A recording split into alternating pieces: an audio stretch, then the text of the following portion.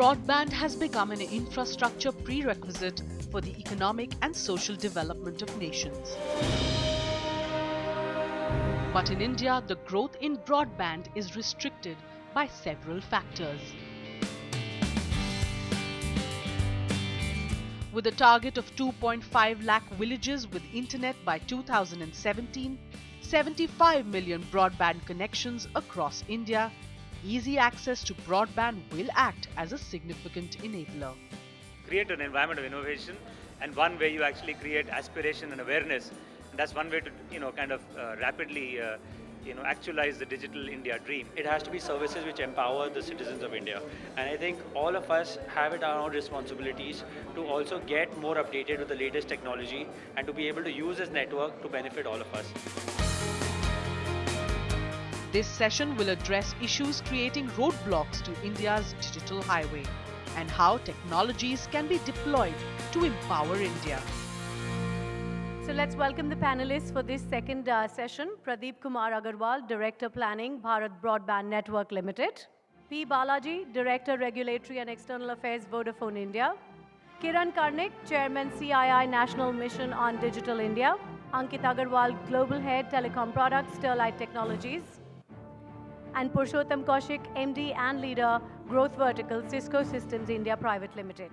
And to moderate the session, let's please welcome on stage Debjani Ghosh, Vice President, Sales and Marketing Group, Managing Director, Intel South Asia. We're going to jump straight in and start the discussion. So we're going to start off with Mr. Agarwal. There has been a lot of discussion about the National Optic Fiber Network, right? You cannot talk broadband highway without National Optic Fiber Network or NOFN. That's really the foundation. There has also been a lot of talk about delays, about the plan not being able to meet commitments, deadlines. So can you very quickly give us an update on what has been the real progress to date? And what are you changing to get this project back on track? Let me give you an update about this National Optical Fiber Network. The project was approved by the government to connect 2.5 lakh villages to be connected by laying of incremental optical fiber between the block and the Gram Panchayat, and using the existing fiber of the PSUs, BSNL, RailTel and Power Grid. The project was approved at a total cost of 20,000 crores, and it was estimated that 5 lakh kilometers of cable will have to be laid to connect these Gram Panchayats.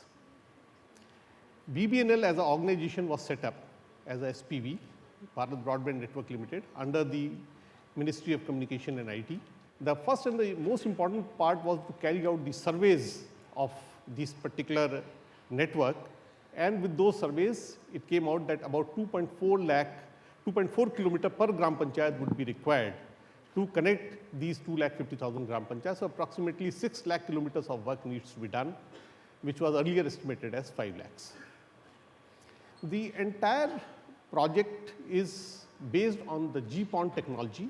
In this particular project, another important thing which was to be seen was that beyond the block to the district, how that connectivity has to be there, so that ultimately the bandwidth is available to a service provider at the Gram Panchayat point. And for that, another project which has been envisaged by the government is a government user network kind of a project, where the fiber can be leased, and on that leased fiber, this can be connected to the district level. The progress of the project has not to the scale at which it has been thought out. Currently, we have deployed About 15,000 kilometers of cable has been deployed in various states all across the country, and about 25,000 kilometers of duct has already been laid. We are re-looking into this whole thing. It needs a more collaborative approach on the part of the private sector.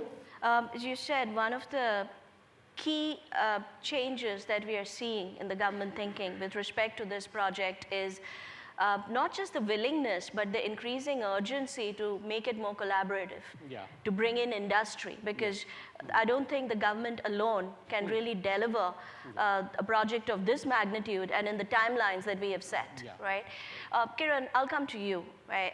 Now, the whole public-private partnership model, right, it's almost become a buzzword. What are your thoughts? How do we make PPP work in India? Specific recommendations, both for industry and government? So far, despite the ambitious plans that were there, progress has been, frankly, extremely disappointing. Mr. Agarwal just pointed out some of the figures, and if you project the past into the future, it's going to take us 20 years to get to 250,000 gram panchayats. Yep. But one indication that we've got to change the method of implementation. And very clearly, the method of implementation followed so far is not working. It's broke. And I think we've got to look at new ways. Now, in that context, it's necessary that we begin to look at industry, which has tremendous capability in this area, not as vendors, but as partners who jointly work on this project. Equally important is the other side of it, is what happens after that. Yeah. And I think the business viability of this, which will help industry to become a partner, is dependent also on a public-private partnership.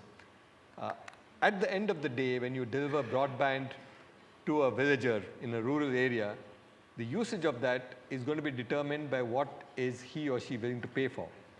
And I think we've all talked of education delivery and health delivery as the big things. The government is spending a lot of money on this, but we've got to change the mode of that, again in a partnership mode, where, for example, a coupon kind of system to get off online education or to get skilling or for healthcare will help to pay back into the system where things can be delivered online and revenues received, which then makes the whole system viable. The last part I want to touch on is, and that's to look for some kind of reverse auction where the government does viability gap funding. A good way to do it is to say, look, we'll auction these. Yes. And we will provide that viability gap funding to make it sustainable. Ankit, I'll move to you next. You have experience in working similar projects globally. Any best known methods you want to share with us on, in terms of what has worked in other countries for similar kinds of project? There's clearly huge economic and social benefits through these national broadband plans. All of us have heard of the recent World Bank numbers saying that a 10% increase in broadband penetration will increase country's GDP 1.4%. I think India is best placed to have 20, 30, 40% increase in broadband penetration in the next few years itself. So clearly, the impact on GDP is expected to be huge. What we have seen through our experience, we've currently supplied optic fiber and optic fiber networks to over 75 countries. And we've seen that there is a range of models that work in these countries. The key aspect is looking at what is the available infrastructure. And I'd like to just touch upon this point for a minute. If we look at what has been invested in the country in terms of the actual fiber infrastructure, it's anywhere between, say, 60 to 70 million fiber kilometers in the history of the country. To give you a perspective, USA, Japan, and even China is anywhere between 500 million fiber kilometers to 1 billion fiber kilometers. So there's a scale of 10x to 20x of fiber kilometers which have been deployed in the other countries. Coming specifically to India, I'd like to now share that there are 3 or 4 aspects which we strongly believe from my experiences will help to accelerate the deployment of NOFN in the country.